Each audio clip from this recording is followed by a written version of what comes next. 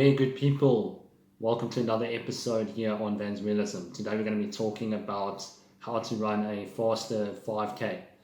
Now as you can see here, I've taken pretty much 2 weeks off before this week, and that was due to having a pretty bad case of hemorrhoids. But I'll talk more about that in the upcoming vlog on the 1st of September. Basically all I did was one ride out of the saddle, and then I rode for an hour just completely out of the saddle, but that sucked pretty bad. And I tried to do a few 30-minute runs, just endurance pace, but it just ended up making the hemorrhoids worse. So that's why you see these gaps here in my Strava. But you can see this week I'm back to good health, and I picked it up again, 10 hours and 24 minutes so far. And today I did a 5K. You can see I'm pretty pumped, my energy is high, and I usually feel pretty good after doing a hard effort. Now this is not my 5K PR, 17:19. My best is actually over here. I'm actually on Pauline's Strava here because she's a premium member. If you're not premium, then you don't really exist on Strava. No, just kidding. Okay, so here 16:48, that's my best 5K. So about 30 seconds slower today. Let's go have a look.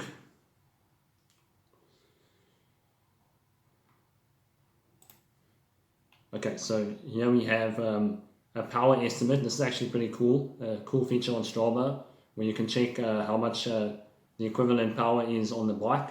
So that's 342 watts.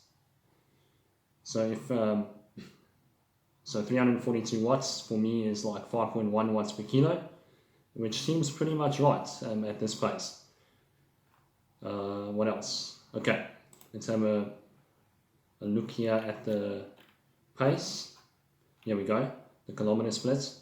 Okay, so it actually started after the 5 kilometer mark, 3:31 for the first K, 3:31, so very good pacing here, 3:33, 3:30, 3:29, so very steady pacing. I kept it even all the way, and that's what you want to do when you're going for your fastest 5K. You want to keep it even, and if you do want to accelerate, then do it in the last 400 meters.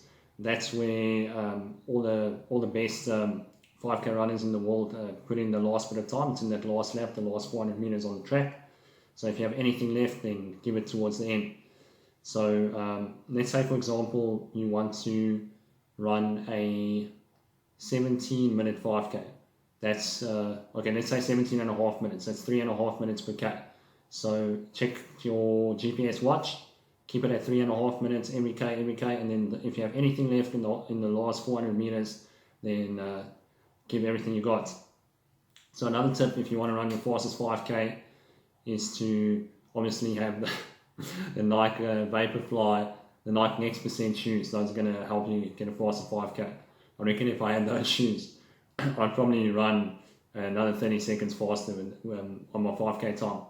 Another tip is to do 1K repeats, because you want to be running at slightly faster than your 5K pace. So that way when you run your 5K pace, it'll feel more comfortable. Another tip that I have is to run with your heels high. You want to kick high.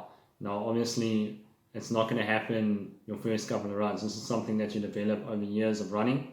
But you want to focus on just keeping your heels as high as possible. That way your strides are going to be faster and your stride length is going to be more. It's a very efficient way of running. You'll see all the top runners, they kick their heels almost on their buttocks, and the cadence is pretty good too, about 90 RPM equivalent on the bike, or 180 steps per minute. So yeah, these are my 5K tips, and yeah, no mercy on your 5K. When you do that 5K, you give everything. Don't leave anything in the tank. Oh yeah, and another tip is to do park runs on a regular basis. That's a bonus tip. If you do a park run every Saturday, that's going to help tremendously for your 5K time, because it's going to force you to go a little bit harder than you otherwise would if you were running alone. So these are just some quick tips on how to improve your 5K time. I hope you enjoy them. And what is your fastest 5K? Leave it in the comment section down below. Give this video a like or a dislike. Any interaction helps this video get seen by more crew on YouTube. And finally, what I wanted to add is that most of us can't run like really big Ks every week. Like especially if we're just starting out, 10 to 20 Ks a week, that's what the average person is going to be able to manage. Like even now, I've been running for over a year, and my legs start to get sore after 30 to 40 Ks a week. So doing more time on the bike is really going to help to get your fitness to a high enough level so that you're going to be able to run a significantly faster 5K than if you would just be doing running. The top runners in the world, 5K, 10K, half marathon, marathon athletes, are training 10 to 14 hours per week. So if you can do that kind of volume on the bike, then obviously your fitness is going to go up a lot. And on the days that you can't do those 1K repeats, your legs are too sore, then mimic that on the bike. So do 3 to 4 minute intervals and do the total time that you would do for a 5K. So let's say your 5K time is 20 minutes. Then you could do 4 minute repeats. So 5 times 4 minutes will give you 20 minutes. So that'll be a good training simulation for speed on the 5K. If you can go fast on the bike, then it usually translates to more speed in the run.